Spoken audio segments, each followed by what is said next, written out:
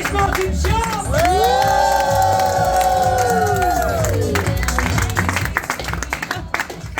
Okay. Raise your hand if you have more energy, more focus, and a hell of a lot more confidence. Raise your hand! Hey. Raise your hand again if not only want the energy, confidence, and focus, but you'd love to feel freaking awesome and look amazing as well. Raise your hand and say aye! Aye! But have you ever noticed the busyness of business can sometimes get in the way? Now, let me take you back to December 2014. You'll be with me. The baking hot sun. It's like 28 degrees. I've got both my kids with me. We're being herded down this kind of line by these green uniformed officials. There's a lady over in the corner. She's been watching us for at least the last 20 minutes. She's got dark hair, these piercing eyes. Now the thing is, it's not that bad. It's we're at the incredible Hulk ride in Florida at Universal Studios. So you can just imagine how amazing it is. My kids are loving it. I've got my 7-year-old daughter there. She's amazing, my daughter Hannah. She's got these amazing golden locks, these beautiful sparkling blue eyes, and he's always wearing these summery dresses. She always looks like a princess. Daddy, is it going to be fast, Daddy? Is it going to be fast? It'll be a bit fast. It'll be okay. And then I've got my son there as well, 13 years old. You know, he's wanting to be the man. He says, Dad, is it going to be scary? I want it to be scary, Dad. Dad, I want it to be scary, right? It'll be a little bit scary. Not too scary. As we're kind of walking up the line, you know, enjoying the sun and everything else. Now, I'm just going to tell you a little bit about the lady. You see, the lady in the corner is actually my mum. Yeah, and you see, I'd been in business. I set in business for about 5 years earlier. You know, we'd made our first million. We were kind of doing okay. And I thought it'd be really nice to take her on holiday to Florida with her kids, her grandchildren. Because the one thing she always wanted to do was to take me and my younger brother to Disneyland. But being a single parent, she couldn't afford it. And I thought, actually, I can do it now. I've got the means. I'm going to make that happen. But anyway, so we're stood in this queue. Takes a while. I'll get to the front. And the guy's there, the uniformed official in his green uniformed shirt, his purple trousers. It is the incredible Hulk ride after all, okay? Sorry, sir. You can't get on this ride. You're too big to fit in the seats.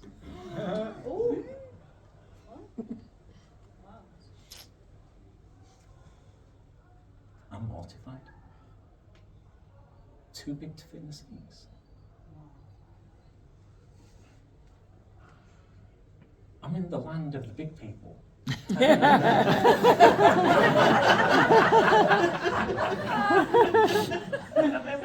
The US government themselves say we have the largest people on the planet, and I'm too big to fit in their seats.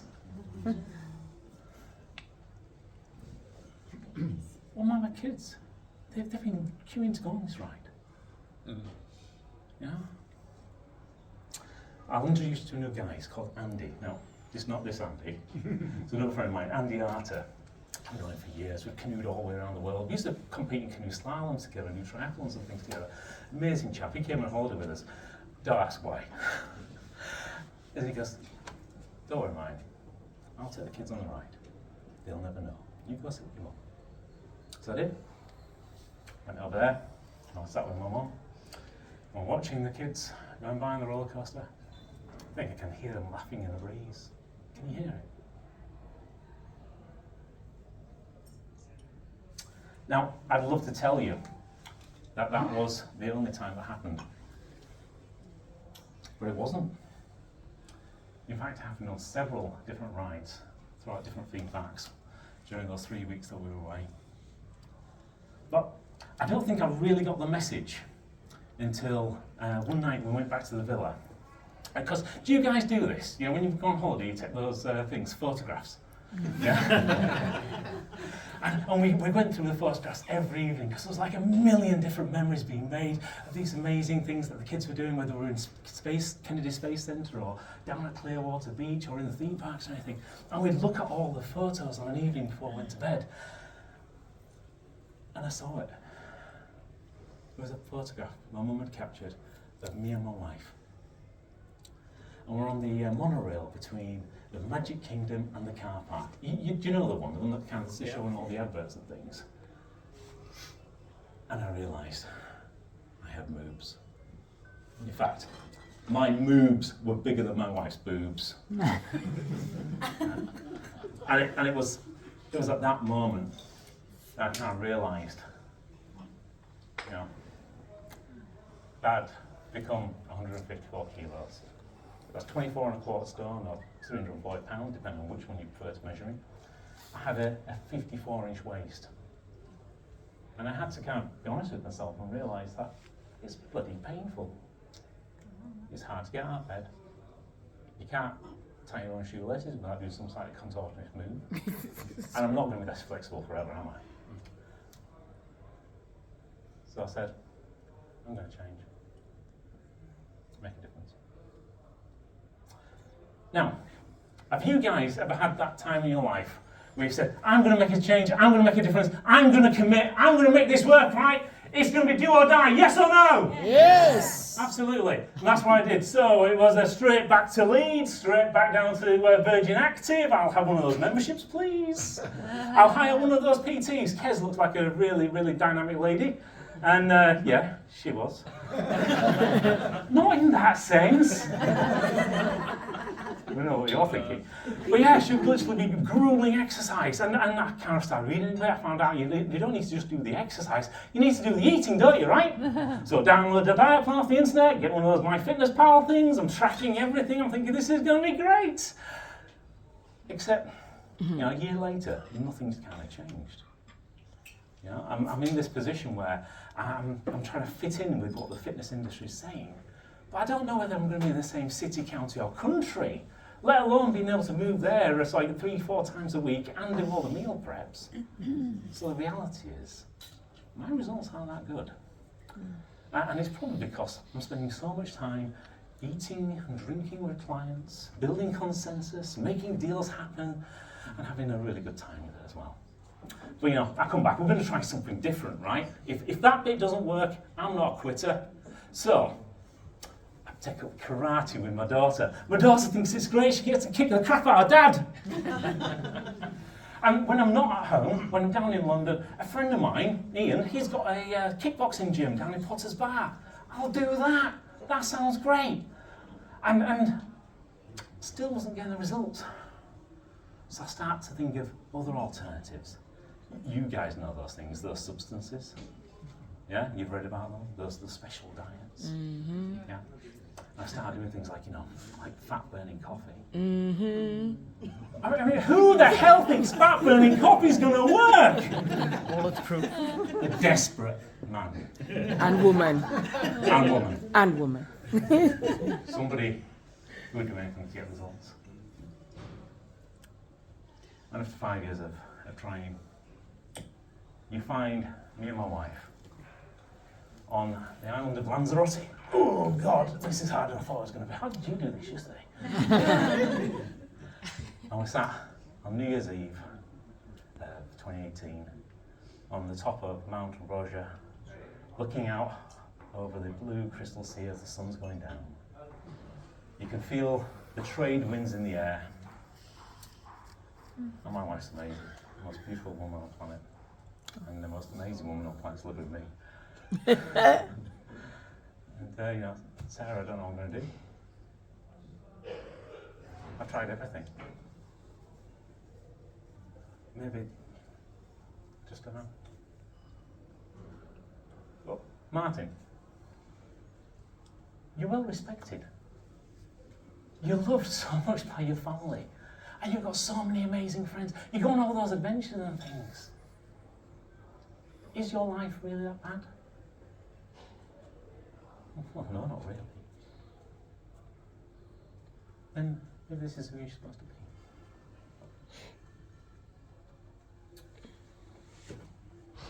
So guess what? This is who I'm going to be.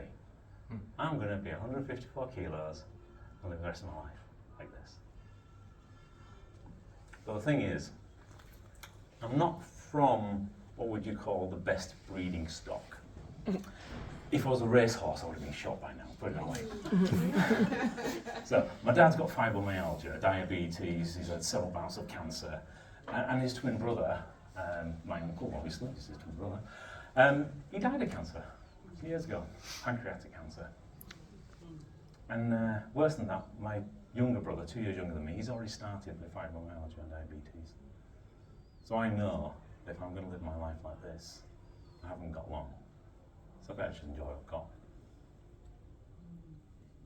So in February 2019, you'll find me in the Crown Plaza, Felbridge, East Grinstead, doing a thing called Public Speakers University. You guys might have heard of it. It's a big thing in speaking, apparently. And as we sat getting there in the morning, sitting down for lunch with some of the ace coaches, not for lunch, for breakfast, my apologies, with some of the ace coaches, along comes this chap. And you know when you see a guy, and he's incredibly well chiseled, amazingly well dressed, a sharp suit, the cut is just amazing. You know, you can't thinking, if I was then I would, but I'm not, and it's okay.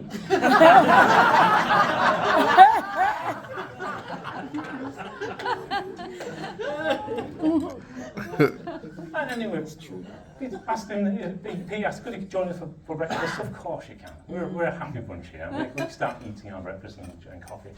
And I turn the attention around to health and fitness. So Pete, you're a well fit guy. You've kind of got your health in order, and you're running a successful business. So how did you manage to get both of those two things to work? Well, Martin, I actually used to be quite a big chap, and it's only really been this last year or so that I've managed to get myself together.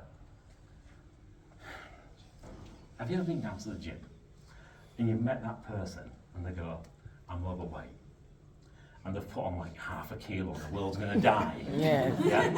That's what I was thinking of Pete back there, right? And he could see it in my face. He goes, no, he says, I was. And he gets his phone out and he's showing me all these photographs. He was a rather portly fellow, actually. So I listened to his story. I said, well, how did you make it work? What was the secret? He says, well, I signed up for an online fitness coach, and then that way I could just work out wherever I was. Fantastic, that's amazing. The best thing is, I brought him with me as my +1 to this event. Do you want me to introduce you to him? Talk about serendipity or what? This is great. So I'll meet up with his coach. There's a chap called Adam, and Adam is an ex-bodybuilder. So if you can imagine someone's kind of got a body like a Greek god, yeah, and I've here got a body like Mr. Blobby, yeah, trying to have this conversation. And yeah, it's 100% true. And he says to me,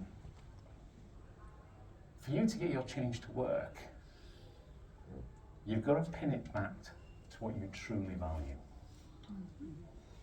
And only then you find the change will work for you. I don't know about you, but that sounds like some mumbo-jumbo horseshit to me. But it kind of stuck in the back of my head, and I was thinking about it, and I kind of thought, does he actually mean that I actually have to start putting myself first? And the way to do that is to think about actually what is it that I truly get out of bed for a morning. So I thought about what those things were, and I kind of realised there's 3 key things for me. I get out of bed because I love working with clients. I get to go for some amazing things all the way around the world, and they are so challenging and so demanding, and they make me grow. It's like the beloved adversary. And I love spending time with my friends, the great adventures, the amazing hijinks. Some of them I can talk about. But most of all is I absolutely adore my family. And I want them to use me as a springboard to their own greatness, wherever they're going to take themselves. And yet, if I let myself go, like my dad, then I'd have to give up work. I won't be able to travel. I was finding it hard enough getting to flight seats as it is. And I won't be able to go on as many adventures. I mean, I couldn't no longer fit in my kayak for one thing. But I think the hardest part for me was the impact it had on my family. So I wouldn't be a springboard for them. I'd be a millstone.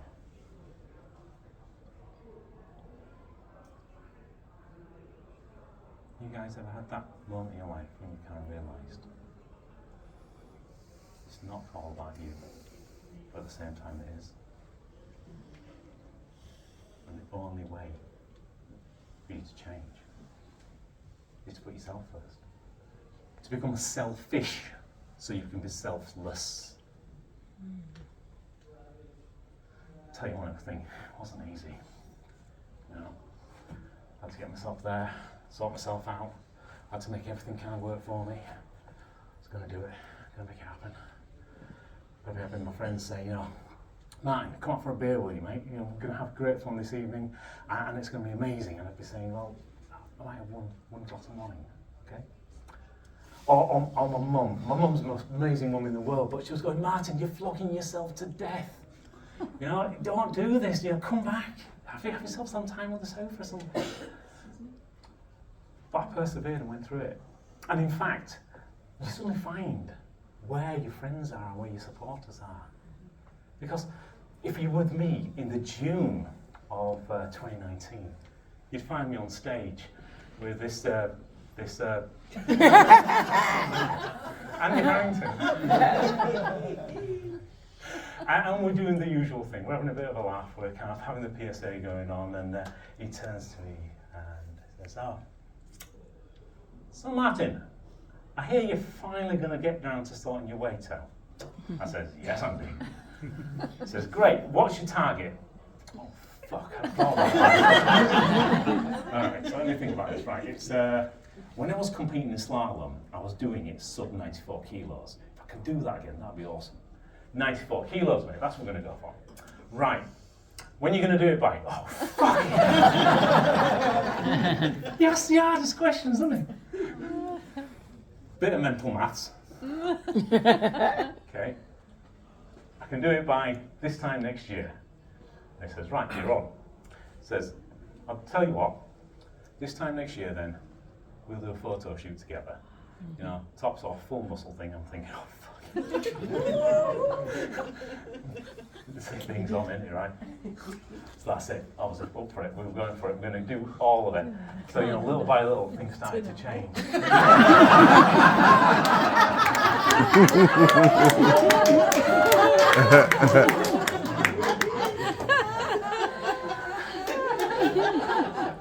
Calm down. I'm still dealing with the disappointment. It wasn't me you were talking about. When I fucking give that to earlier. It was some guy. When you're a Greek adonis, mate, next in line. So little by little, things started to change. You know, within the first 3 months of kind of implementing a really strict meal plan and exercise plan, I brought things back in because it was designed specifically for me. And in 3 months, I dropped 10 kilos. That's 22 pounds. That's more than I'd managed in 5 years previously trying with like fat burning coffee. A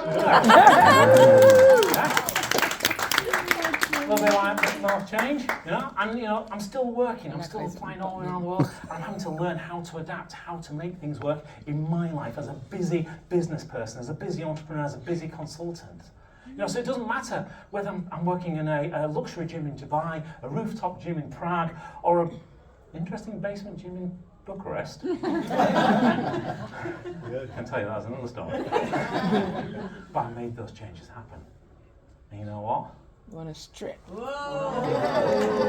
Within the space of 18 months, I dropped down 60 kilos. Wow.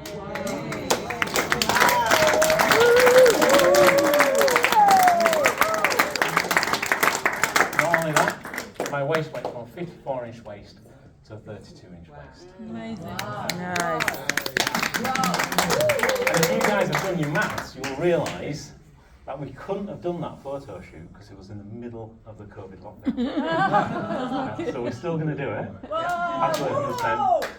And the thing is, as much as these outward changes are amazing, it's the inward changes that make the biggest difference. Yep.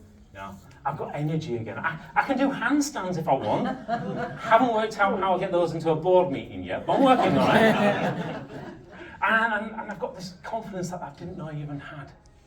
But the best thing was, people started coming and speak to me. They said, Martin, how did you manage to do this?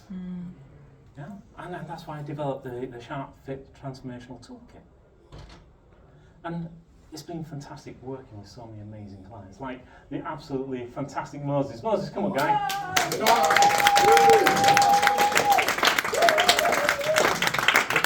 This is the Marvellous Moses. Now, the Marvellous Moses, you guys haven't met him yet, has been on so many different stages, spoken from thousands of people on behalf of people like Tony Robbins.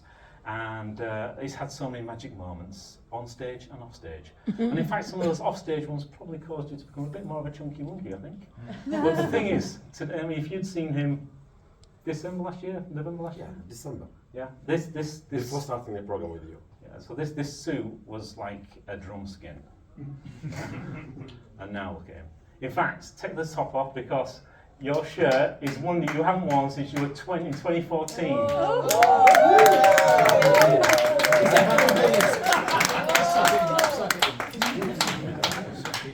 It was absolutely fantastic. Yes or no?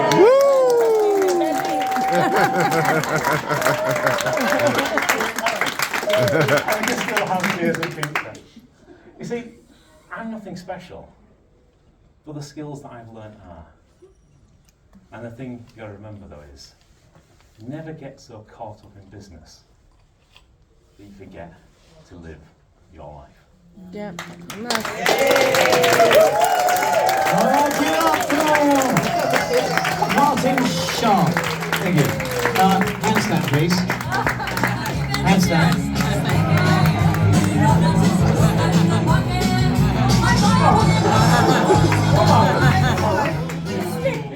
Slippery.